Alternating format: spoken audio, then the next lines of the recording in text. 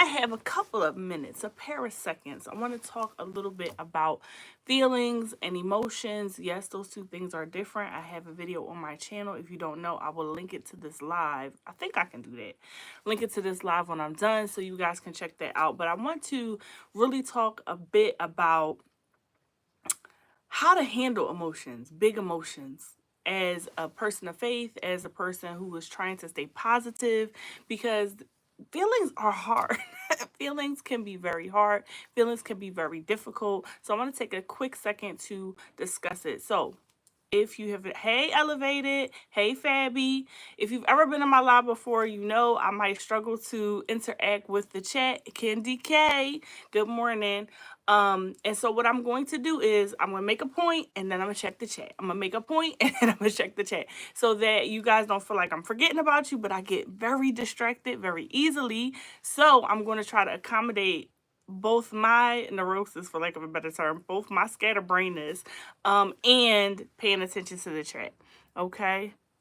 Yes, please. Thank you, Fabby. Fabby be on it because I have been in lives and Fabby has said like the live, and I'll be like, oh, I forgot. So thank you, Fabby. Um, Again, welcome, Elevated, Kendi K, and Fabby. Really quickly, want to talk about feelings and emotions. Number one, emotions are data, not directions. Okay. Feelings give us, I've said this before, feelings give us internal data. It's internal metrics. It is a check in with oneself. How do you feel? Understand that, but they don't have the final say.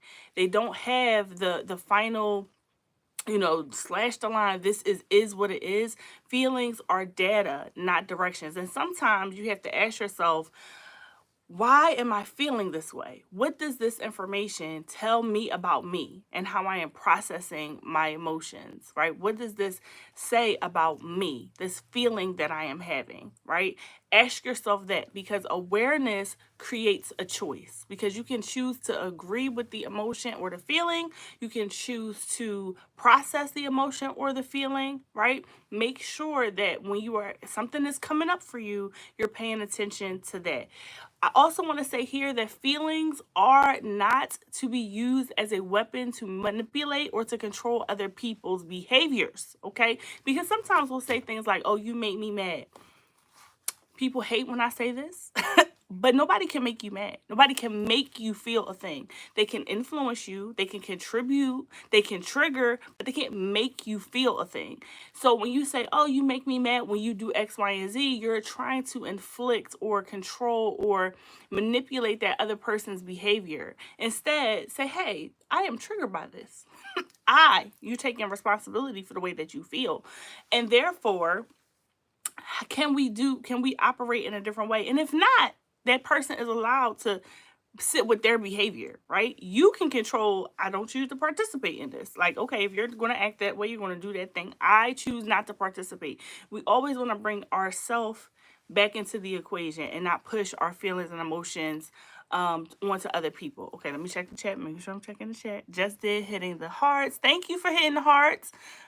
Morning, Fabi. Everybody's speaking to each other. Okay. So, number two, you are allowed to feel your feelings without judgment. I have said this before and I will say it to the end of time. Sometimes we put morality, we put parameters on how we feel. We put this is right and this is wrong. Emotions are not sinful. What you do with them can be, but emotions themselves are not. Jesus wept. David raged. Okay. David was angry. All right. Jeremiah mourned. Okay. So it's okay to honor whatever you're feeling in the moment. That is the first step toward healing whatever emotion or deep seated thing that you're carrying. You have to feel it. Feel it. A lot of times we're focused on how others, this is the other thing, that judgment piece. Sometimes when I say, hey, feel your feeling without judgment, people will do the pushback was like, well, I don't want people to think X, Y, and Z of me. They're going to judge me. So I ask yourself, if you are the type of person that doesn't want to feel your feelings because you're afraid it's going to make you look weak, you're afraid it's going to make you look crazy, you're afraid it's going to make you look X, Y, and Z, insert here, whatever judgment, ask yourself, is that what you think about you? Right? if I feel this way, then people are going to look at me like I'm weak. Is it because you think you'll be weak if you feel that way? Because that judgment is something that is actually coming from the outside, right? I'm sorry, it's coming from the inside and you're projecting it onto other people. So make sure that you're asking yourself how you feel about the feeling that you're having, how you have categorized it, whether it's good, wrong, right, or indifferent, right? Make sure that you are not projecting your feelings, your emotions onto other people. Ask yourself, why do you think that? Who told you they think that? Why is that your assumption? And if you keep going down that line of questioning, usually you'll discover that's because you think that. You think that, if I cry, I'm weak. If I am upset, then I'm being irrational. If I give, I'll be taken advantage of. Usually that is an internal thought that you had, but you're pushing it on other people. Okay. All right. I'm going to check the chat. Hi, Liliana. And Fabi said, I love that. Okay. All right. And please, if there's something that I say that you disagree with, I'm okay with that. We can dialogue. We can have a conversation. Number 3, you want to name the feeling. I said this yesterday. I don't want to repeat that whole thing, but I want to go a little bit into the science of it. When you name the feeling, you are helping your brain process that information. The prefrontal cortex is able to, which is the part of the brain that governs reasoning, is able to activate and say, "Oh, we know what this is. Now we know how to process it." If I am walking around angry, but my anger is showing up as passive aggressive silence, my brain is like, "Oh, we just feeling quiet today." No, you're angry. Let's process the anger so that you can, hopefully that makes sense. Sometimes when you name the thing, you can now go into process it. Now we can say, okay, why am I angry? What caused me to feel this way? Is it because somebody hurt me? Is it because I feel slighted? Is it because I don't like feeling vulnerable and you made me feel vulnerable and now I feel betrayed? Like, all of that is information that you need to process. But if you don't name it, your brain is like, say what? Question mark? Question mark? Naming how you feel helps your brain regulate your feeling, okay? So instead of saying something like, I'm just having an off day, right, which makes a blanket determination, it doesn't give you any more information, say something like, I feel disappointed because I was hoping for a different outcome. I feel anxious in this moment because I'm facing the unknown. I feel sad because somebody I cared about was lost, okay? So make sure that you are naming the specific feeling. Specificity is important. The origin of the thing is important. The directionality of the thing is important. So when you name that specific feeling, your brain is able to process it more accurately and more openly. All right, I'm checking the chat. Okay, I'm checking.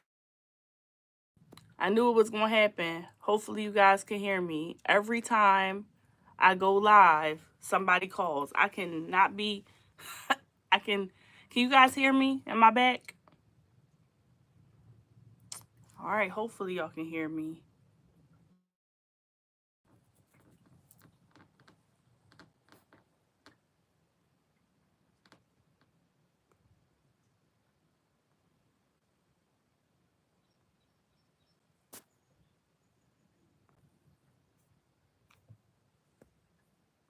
Am I back? Oh, I never cut out? I must have cut out at some point because I was putting my phone on Do Not Disturb. Okay, so again, try this when a strong emotion arises. It did, but now it's perfect. Praise God. Thank you, guys. Thank you for the feedback. Yes, one in the chat. Yes, one in the chat. All right. So instead, when a strong emotion arises, ask yourself again, what am I feeling? Right? What am I feeling? All right. Okay, so number 4, feelings are messages, not masters. We do not have to be controlled by our feelings. We do not have to be controlled by our feelings. Emotions let us know when something is off. Emotions let us know when something is off, but we do not have to bow to them, right? Feel your feelings, but don't be controlled by them.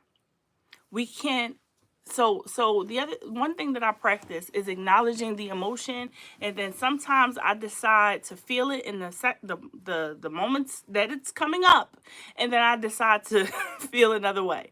That's not dissociation. It is giving space and time for that particular feeling, but I am not going to let it ruin my day. Hey, I was hurt by this. I am not spending more than 15 minutes in this particular space. I'm not going to be sad. I'm not going to be depressed. I'm not going to be rejected. I'm deciding to feel the feeling. Oh, I was upset by that. That hurt my feelings. Okay. All of that I didn't like it. And then I'm going to decide to move on. I'm not going to be controlled by it. You ever have somebody who's so angry that everybody around them is walking on eggshells because they're allowing that anger to fuel every interaction, every conversation permeates with anger, annoyance, frustration, and everybody else is just tiptoeing around them. That is not life. That can't be life. It can't be life. So again, you can have the feeling so that you can process it, and then don't let it control you. All right. So we figured out the sound issue. You hear me? Yes. Okay. Hey, Joshua. All right. And we're speaking to each other. So number 5, suppressing emotions doesn't make you strong. Processing them does. Right? So I think, and I'm going to speak specifically for certain populations of people. There are certain populations of people who are supposed to be strong. We are bred, raised, expected to be strong. Okay? In that, we have some people, try to be inclusive. Some people have picked up this ideology and said, because I am strong, I am not going to cry. I am not going to show weakness. I am not going to be vulnerable. I'm not going to be my real self with anybody because I can't trust none of y'all other people out here. In that being strong, the emotions are suppressed. The feelings are suppressed. They are pushed down because I can't let them out because then I'll be perceived as not being strong. So whether that's a explicit teaching, right? Or a lot of times young boys experience this, you can't be soft, a lot, or whether that was very subtle, whether that's something that experiences and life circumstances has taught you, you have to mature a little bit in your thinking, saying, and acknowledge that, hey, sometimes being strong is acknowledging that I'm hurt and being able to confront the person who did it, or have a conversation with the person who inflicted this emotional pain, right? So you want to make sure that you're not having a false sense of strength and suppressing those feelings, okay? All right, number 6, not every feeling is tied to truth. Sometimes our feelings are not tied to truth. Sometimes they are just feelings. They're not facts. So we have to test that. Just because you might feel like you're unworthy, that doesn't mean you are. If you feel like no one cares, that doesn't mean they don't. You feel like you're a failure or you're failing, that doesn't mean that you are. You can acknowledge your feeling and then challenge it to see if it's true. That's called reality testing. Have the feeling and then acknowledge to see if it is true. All right? We've been on here 13 minutes. I'm doing good, y'all. We almost done. Because I'll give y'all a solid 35. That's about it. And make sure I said, hey, Crystal. I don't know if I said hey to you when you came in, but hey, Crystal, thank you. I know you just dropped your live, so I don't want to I know you out here supporting. I appreciate you, okay? Number 7, you can feel 2 things at once. 2 things can be true at the same time. I can be sad and relieved, right? If you've ever lost someone who's going through a health struggle thank you, Crystal. If you've ever walked with someone who's been in a long-term health struggle and they pass away, sometimes there's a sense of, oh my gosh, I lost my loved one, but I'm glad that they're not suffering anymore. Sometimes you can be excited that something ended and sad that something, excited that something is beginning and sad that something is ending. The two emotions, feelings can exist at the same time. You can be grateful and grieving, right? You can be hopeful and anxious. You can be nervous-sighted. I used to say, I'm nervous-sighted. I'm nervous and I'm excited at the same time. Remember, God can hold your complexity, and so can you. You do not have to, you can be a complex individual. You can hold the dichotomy of something like, I have faith, but I'm also a little bit fearful. You can hold those two things at once. And so don't get so overwhelmed by the feeling that you're like, oh, I can't feel that way. You can absolutely feel that way. Number 8, create space for emotional check-ins. One of the things that I say too, I can't, I can't, look at me, try to read the chat. Forgive me. I need to update my context. Okay. Candy Cat says, I love your right size doses, prescription medication for the soul. I know that's right. Amen. And welcome, Coach, in the building. Welcome, Coach, in the building. I'm going to be off because I know you next. I know you got next, Coach. Okay, so I try to keep my lives short sometimes because if they're in the middle of the day, people be working, I get it. So, emotional check-ins, one of the first things that I say to people when they come into the session, no matter what, is how are you feeling? Part of the reason is that gives you a baseline. It gives you a sense of homeostasis. What is that person coming in here feeling? And sometimes at the end of the session, I say, well, how are you feeling now? Sometimes it changes, sometimes it doesn't, but that's okay. I want to give people the space and opportunity to answer that question. Okay, how are you feeling? Because oftentimes we will breeze through our day, we'll breeze through our weeks, our months, and our years, and we will not do that internal check-in to ask, how are you feeling? How am I feeling? So make sure you create space for yourself in your day to acknowledge how you are feeling. What am I feeling right now? What do I need in this moment? And it's interesting that somebody was saying they were on a live and they said, I gotta go wash myself, right? We need emotional hygiene. You need emotional check-in. You need emotional, like, ooh, that might be I might need a little emotion, a little wash up. If you are carrying around emotions and feelings that you are not cognizant that you are carrying around because you've been avoiding. The other thing too is, I'm gonna say this, and this, sometimes we are afraid of how we feel, as if I feel them and feel the feeling, whatever it is, if I acknowledge it, whatever it is, that I will not be able to put myself back together, right? Especially when there are big, strong, heavy feelings. Like if I start crying, I'll never stop. Who told you that? Why do you think that? What if your refusal to feel the feeling is why you feel like you're on the edge of breaking down all the time? I promise you, you've cried before, you've broken down before, and you are yet here to tell the story. So take the fear out of actually articulating and feeling the feeling. Okay? Okay? All right. What y'all saying in the chat? Do your thing, Danielle. I'm gonna do it. I'm gonna do it. Candy K, y'all speaking to each other. Wash all that off. Yes. Okay, wash it. And the thing about it is, we do not. Oh, okay, Father, we thank you. We don't get in the shower to wash ourselves with all our clothes on. So sometimes you have to disarm.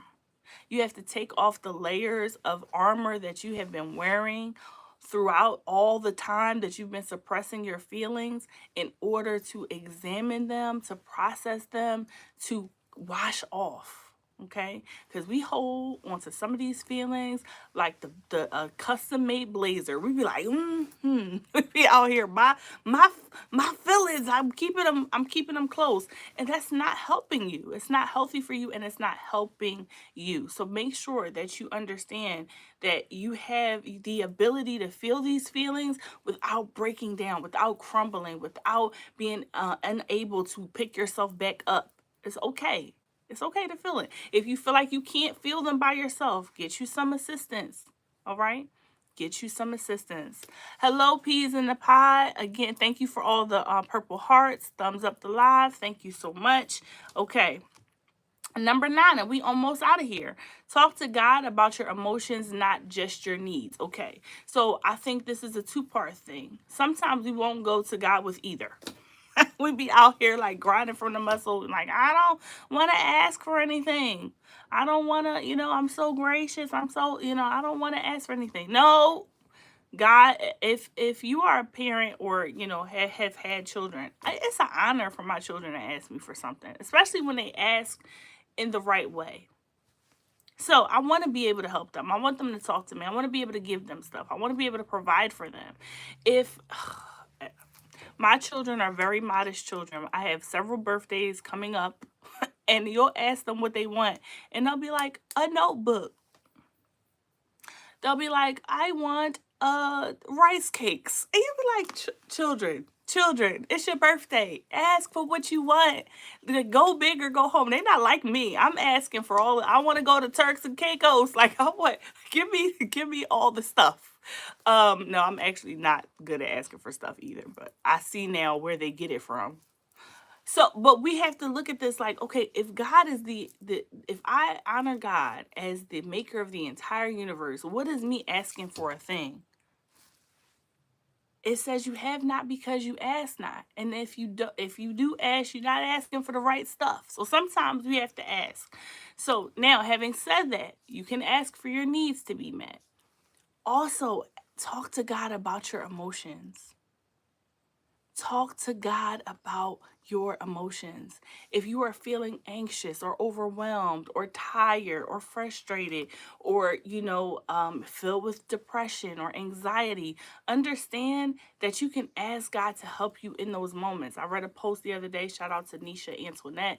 She's not in here, but if she watches this, she'll get the shout out. She check out her content. She does vlogs. They're really cool. But what she said is, she's like, sometimes I have to go to God with my feelings. And I was like, yes, you have to go to God with your feelings, because a lot of times people are not going to be able to help you. Right? People are not going to be able to help you. So ask him, Lord, I am angry. Father, I am frustrated. I am rageful. I don't like this. I am annoyed. I'm about to hurt somebody. Help me in this moment. And God is able to intervene. I promise you. And it's not, prayer is not just for petitions. It's not just for asking. Uh-oh. Yes, this is live. It is live. It's a live that you missed because I'm about to be done. Prayer isn't for just petitions. It's also where you can process your pain. Okay? If you can't be honest with anybody else, if you're a person of faith, you can be honest with God. Number 10, emotional regulation is a form of maturity. I'll even say spiritual maturity. And the reason, I will give you an example. Have you ever seen a 2-year-old, 4-year-old, 3-year-old fall on the floor and cry about something that was minute, something that was minuscule, something that was nothing? You're like, you crying because there's no more Cheerios left? Like, having a full-on tantrum. Now, it might not have been none of our kids, because my kids knew better.